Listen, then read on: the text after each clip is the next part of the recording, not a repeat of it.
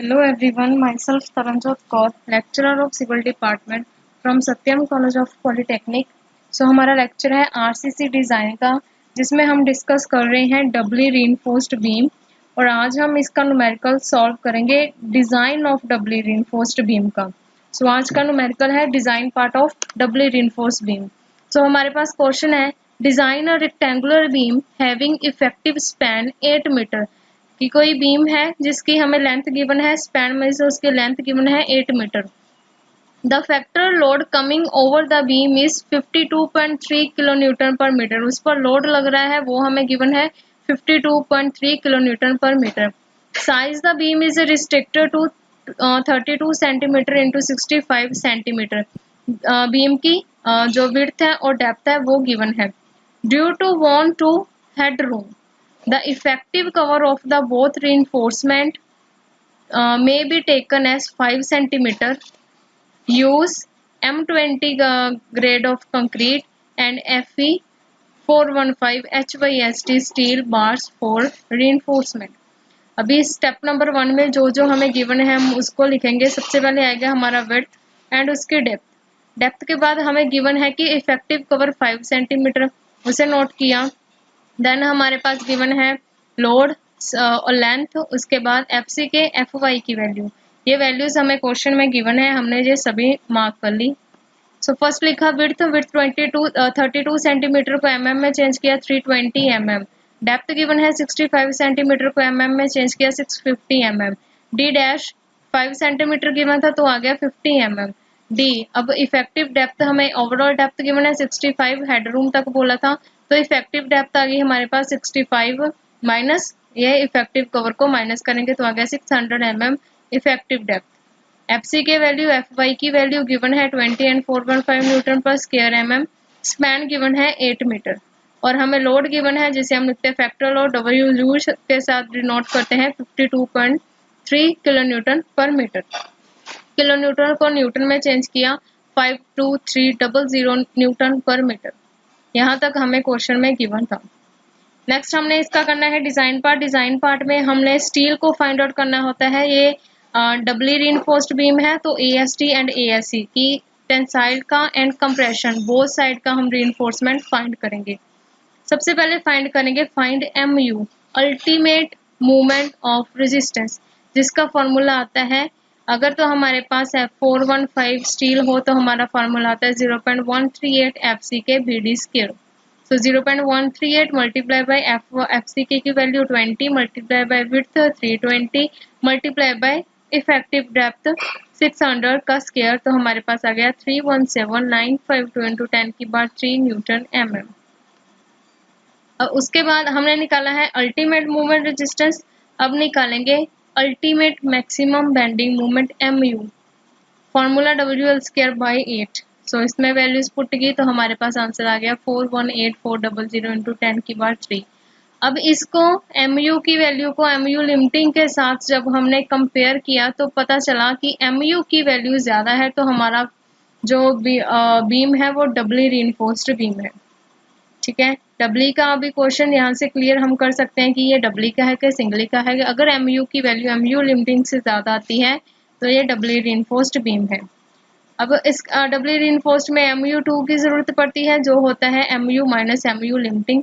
तो आपस में इन दोनों को मल्टीप्लाई माइनस किया तो हमारे पास MU2 की वैल्यू आ गई 448 मल्टी 10 की बार 3 न्यूटन एमएम।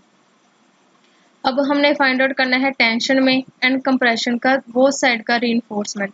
सबसे पहले फाइंड करेंगे calculate area of tensile reinforcement. अब टेंसाइल रीइंफोर्समेंट का हमारे पास एरिया आता है जो आता है AST1 प्लस AST2। AST1 का फॉर्मूला है MU limiting divided by 0.87 FY और ये है हाँ लीवर आर्म D माइनस 0.42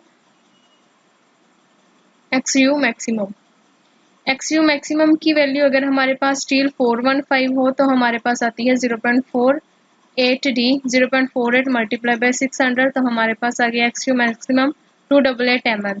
इस वैल्यू को इसलिए हमें यहाँ पुट करेंगे।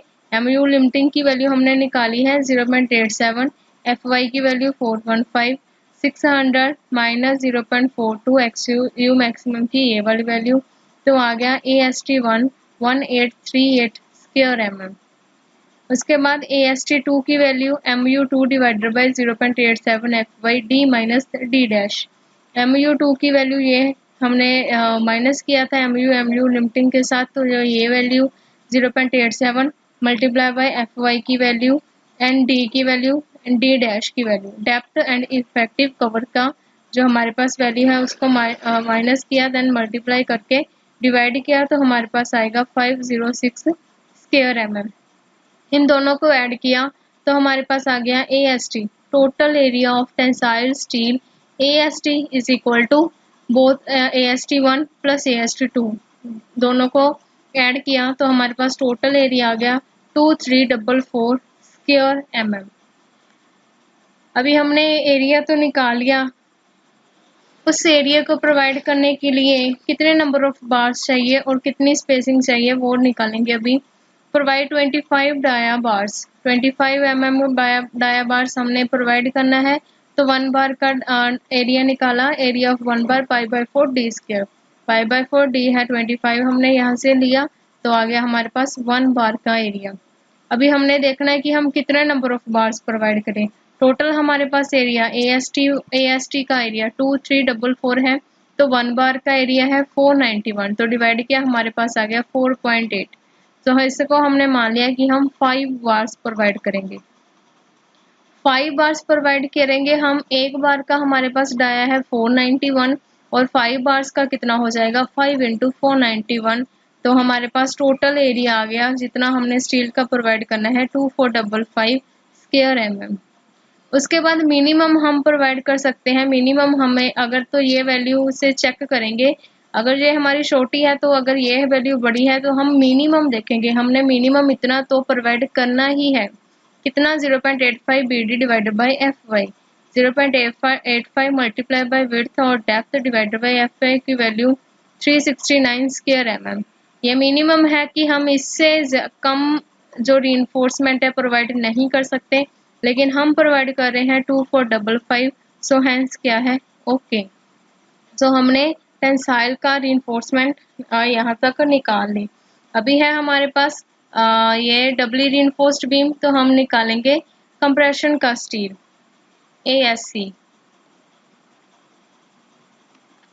ASC की value MU2 divided by FCD minus D dash. यहाँ से हम चेक करते हैं कि सबसे पहले FSC की वैल्यू निकालने के लिए हमारे पास ESC की वैल्यू होनी चाहिए, उसका फॉर्मूला स्ट्रेन का 0.00351 minus D dash XU maximum. Values को पुट किया 0.0289 आया, टेबल से देखकर हम FSC की वैल्यू निकालेंगे। जैसे कि हमारे पास ये एक टेबल होता है, तो हमारे पास वैल्यू आई 0.00289 और जिसमें हमारा ये FSC की वैल्यू आती है 353। सो इस टेबल की हेल्प से हमने इसकी वैल्यू रखी FSC की 353 न्यूटन पर स्क्वायर mm।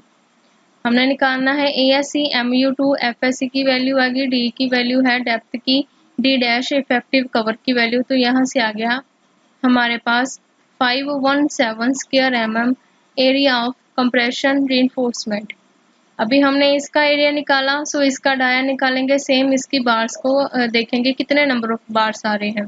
सो हमने प्रोवाइड किया 20 mm dia bars, 20 mm dia bars के एक बार का डाया निकाला π/4 D स्क्वायर, π/4 20 स्क्वायर निकला तो 314 एक बार का डाया आ गया, और हमारे पास टोटल है 517 और एक बार का डाया है 314 को डिवाइड किया तो हमारे पास आ गया नंबर ऑफ बार्स कि हमारे पास आया 1.6, लेकिन हम प्रोवाइड करेंगे 2 bars. 20 mm dia in compression side में हम प्रोवाइड करेंगे।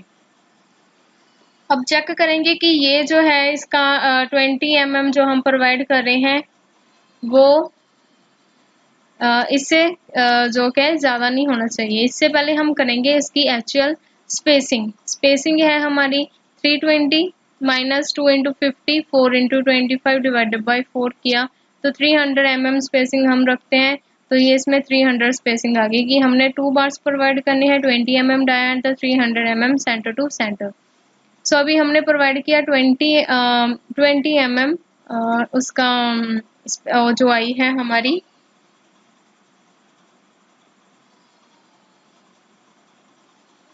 Provide 20 mm dia.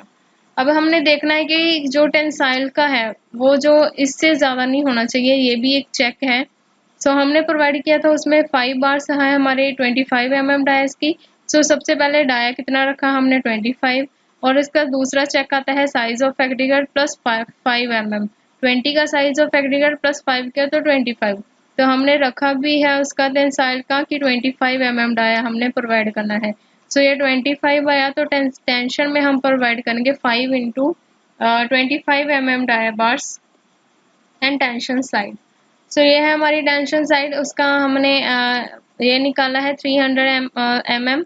जो इसका सेंटर टू सेंटर डिस्टेंस आएगा वो आ गया। इसका ये है इस टेंशन साइड, और ये है इसकी कंप्रेशन साइड। यहाँ पर 2 बार्स 20 mm डाया प्रोवाइड करने हैं, एंड ये small D effective depth, and ये capital D overall depth 650 mm।